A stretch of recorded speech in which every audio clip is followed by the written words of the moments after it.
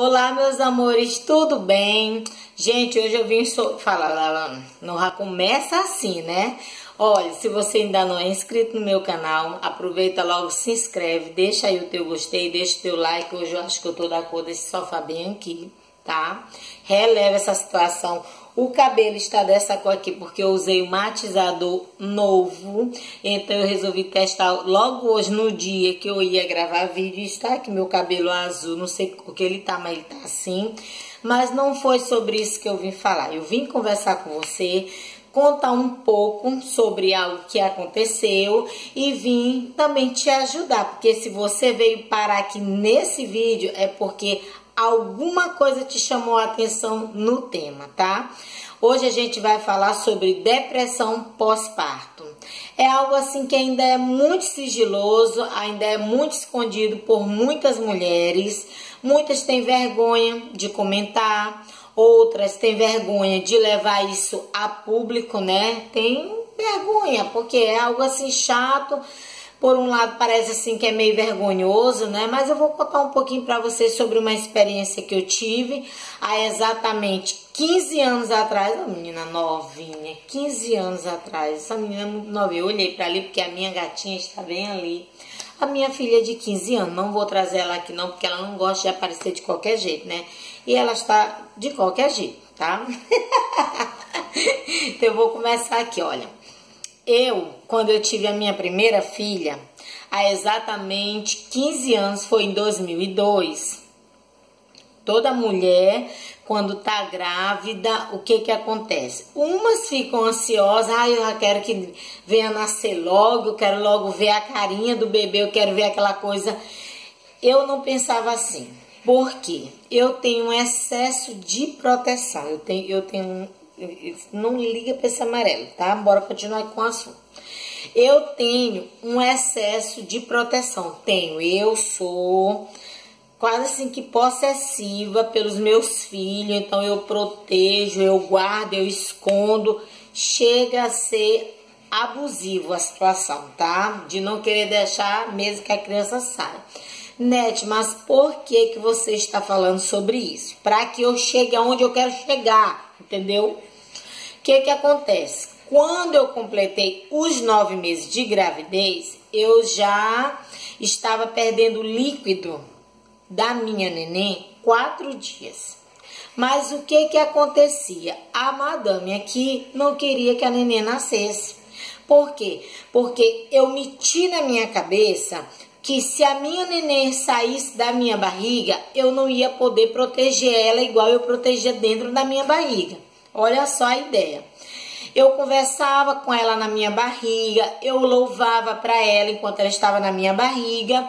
E aí eu não queria que ela saísse da minha barriga, entendeu? Porque eu fiquei pensando assim, meu Deus, uma hora eu vou ter que sair e vou ter que deixar minha neném. E aí, o que vai acontecer? O que pode acontecer enquanto eu vou estar longe dela? E começou a vir aquela chuva de pensamentos negativos, porque vem tudo negativo e nada positivo, tá?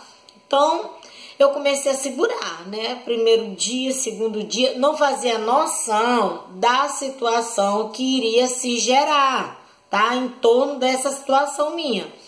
Aí, primeiro dia, segundo dia, terceiro dia, quarto dia. No quarto dia, não deu mais para segurar. Aí você me perguntou, mas tu não tinha dor? Eu não tinha. Eu não sentia dor nenhuma. Foi parto cesáreo, sem eu ter nenhum tipo de dor, nada.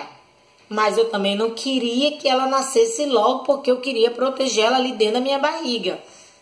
A mulher, sabe, muito segura.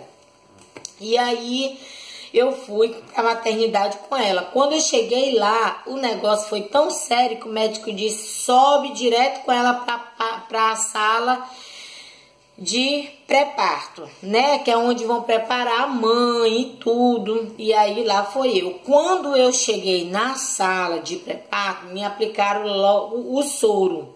Que diz que nesse soro coloca uma injeçãozinha ali e a mãe começa a ter as dores, as contrações começam a aumentar. Nada disso tinha. O que aconteceu comigo? A mulher aqui começou a ter calafrio. Aí o pessoal desconfiou que tinha algo errado, porque eu comecei a ter calafrio. Simplesmente estava começando a passar da hora da menina nascer. 4 dias perdendo líquido. Quando ela nasceu, eu passei 10 dias na maternidade, porque ela tinha que tomar antibióticos por causa do líquido que eu perdi. Olha o problemão que eu arrumei para mim e para ela. 10 dias eu ali, com vontade de voar na garganta daquelas enfermeiras que vinha aplicar a injeção de antibiótico na menina, que eu não aguentava mais olhar aquela situação. Era injeção de manhã, meio-dia, de tarde, de noite. Eu não aguentava mais aquele tanto de injeção. Era injeção no pé, era injeção no braço, era injeção na mão, era injeção na coxa. Eu não aguentava mais olhar aquela situação. Uma situação que eu mesmo causei. E aí fomos passar por aquele sofrimento. E eu não sei se teve a ver com isso que eu passei ali na maternidade durante os 10 dias, olhando esse sofrimento, essa agonia dela. Sofria eu, sofria ela chorava para um lado, eu chorava para o outro. E eu já ficava planejando o que eu ia fazer com aquela enfermeira, porque eu ia voar na goela dela, entendeu? Quando eu cheguei em casa, aí antes de eu sair do hospital, começou a me bater aquele medo, meu pai. O que acontece? Se a minha filha sentir uma dorzinha, eu já estou no hospital. Se a minha filha precisar de um médico, eu já estou no hospital. Eu comecei a não querer mais sair do hospital.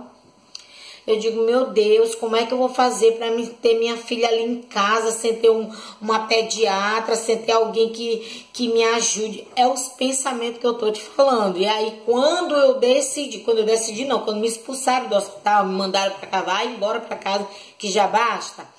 Quando eu cheguei em casa, a primeira noite, eu não dormi. Se a menina fizesse eu entrava em desespero, eu queria arrancar todos os cabelos. Meu Deus, me ajuda, me socorre, é aquilo. E foi passando os dias, o que ia acontecendo comigo? Eu fui ficando pior. Para onde eu ia, eu tinha que estar com a neném. Eu ia pro banheiro, fazer o passo 2, eu estava com a neném. Eu ia banhar, eu estava com a neném. Eu ia na feira, eu estava com ela. Eu não desgrudava dela hora nenhuma. Quando foi uma bela tarde, um belo dia de tarde, eu me peguei chorando. Parecia que o mundo estava se acabando, parecia que o mundo estava desabando, parecia que eu tinha sido abandonado por todos e por todos. Um medo de perder ela, um medo de eu não saber cuidar dela, um medo de ficar só, um medo de eu mesmo causar algo nela. Começou aquilo. Uma hora eu queria me manter distante, outra hora eu queria agarrar ela e não largar nunca mais e ficar com ela ali. Foi um pavor, foi um terror aquilo ali, um terror. No tempo, eu não sabia que eu estava com o começo de depressão pós-parto. Eu não sabia. Hoje eu sei, né?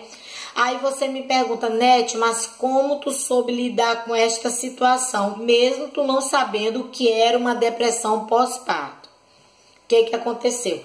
Eu passava o dia inteiro com ela. O dia inteiro com ela dentro de casa. Pois eu comecei a ajeitar ela, arrumar ela e sair. Eu ia para a igreja de tarde, para oração com ela. O pessoal dizia assim, para onde que tu vai com essa menina no sol quente desse? Eu dizia, eu vou para a igreja. Mas esse sol faz mal. Era como se eu estivesse assim querendo fugir da minha casa. Porque eu não aguentava mais ficar dentro de casa com ela. Quando dava no horário de 5 para 6 horas da tarde, me batia assim um medo, tá ficando à noite, meu Deus, e aí pode acontecer alguma coisa com a minha filha, quando a gente liga para a ambulância não quer vir, começa a vir esse pensamento cruel, né? E eu comecei a conversar com Deus, Deus, isso não tá normal, Deus me ajuda a ser forte, me ajuda a tomar de conta da minha filha, a proteger minha filha, me ajuda a separar as coisas.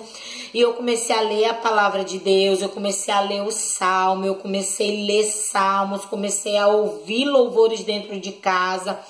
Aí eu ouvia louvores, sabe? Quando chegou um belo de um dia, eu comecei a sentir medo de ficar só dentro de casa com ela. E aí, o que acontece? Quando todo mundo saía, que não tinha mais ninguém, Quando alguém estava saindo já por último de casa, eu ia, tomava banho, me arrumava ela.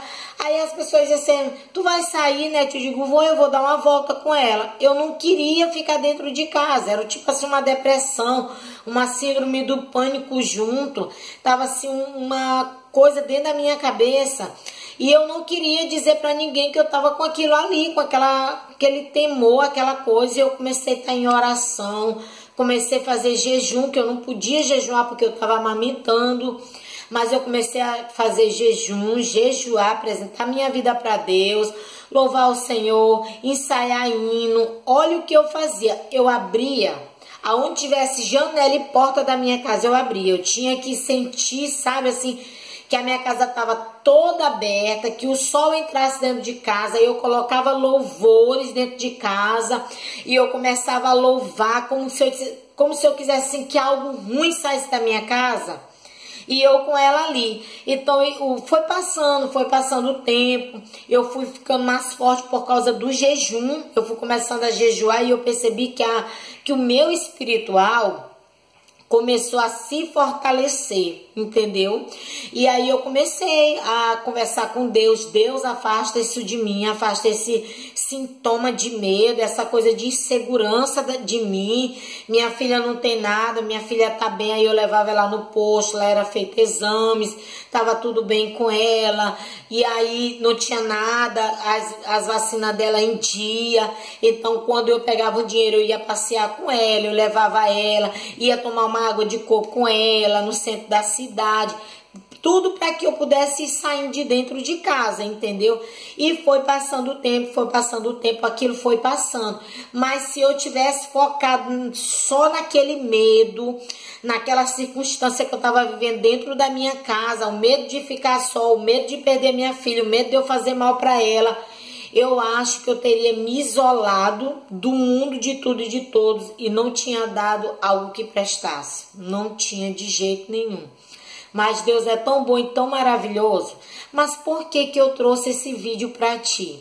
Que eu quero te dizer que para tudo tem jeito, para tudo há solução. Se você está passando por esse problema, quero te dizer que Deus, ele pode te ajudar. Começa a ouvir louvores. É uma das coisas assim que eu mais aconselho. Gente, ouve hino. Os louvores é a palavra de Deus cantada. Ouve louvores que te bote assim pra cima, que te ajude no teu ânimo, que você venha se alegrar. Procure assistir coisas que te alegre, que te anima. Que minha filha comece assim a buscar a Deus e a pedir para Deus tirar toda a insegurança, porque a insegurança não é de Deus. Então você começa a pedir para o Senhor, Senhor, me fortalece, Senhor, me dá ânimo, me dá alegria de eu estar com meu bebê aqui do meu lado, me ensina a cuidar dele, a cuidar dela. Você tem que começar a rebater esse pensamento negativo. Quando vier um pensamento negativo, você tem que vir por cima desse pensamento negativo com um pensamento positivo. Se você acha que você não vai conseguir passar aquela noite bem, pois se você ficar à noite sem querer dormir, você vai tomar um chazinho, um chá que faça, sabe, te acalmar, e coloca hino, coloca louvores baixinho, começa a louvar o Senhor, vai lendo os salmos, Salmo 23, o Salmo 119, que é curtinho, né? A gente sabe que não é. Começa a pedir fortaleza para Deus. Senhor, me dá força, me dá ânimo, me dá coragem, me anima. Coloca a tua fé no Senhor. Você precisa de fé. Senhor, aumenta a minha fé. Me dá da tua fé, Senhor. Senhor, me anima, me ajuda, me ergue. Tira esse peso de cima de mim. Tira esse pensamento negativo da minha mente. E eu tenho certeza que as coisas vão mudar. Confia no Senhor. Hoje minha filha tem 15 anos. Para a honra e glória do Senhor. Não tenho só ela, eu tenho meu filho de 13 anos.